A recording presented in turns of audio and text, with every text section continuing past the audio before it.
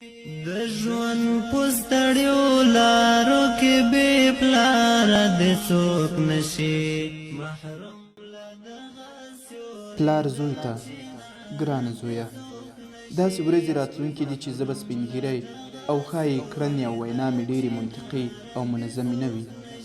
نو هغه وخت ګرانه زویه لږ وخت راکوه چې پوه مې کړې، لکه څنګه چې ما په ماشوموالي کې په هرې خبرې پوه کولې.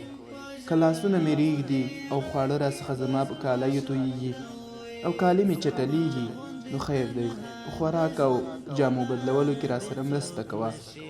که کومه خبره کوم او د ژوند خوږې خاطرې در سره شریکوم، مه ستومانه کېږه.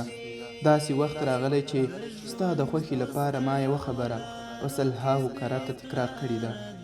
که چیرته ډېر منظم نه وم او څهره مې برابره نه وه او د وجود بیه مې در باندې ښه نه لګېده، نو مخ راڅخه مه اړوه. یاد مې شي چې د پیدا کېدو له ورځې تر ځوانۍ مې هڅه کړې چې پاک صفا او ښکلی دې وساتم او نورې ډېرې خبرې. نو ګرانه زویه، د ځان څخه مې مه لرې کوه. له کله چې پیدا شوې زه در سره وم، تر دې چې مړ کېږم راسره اوسه.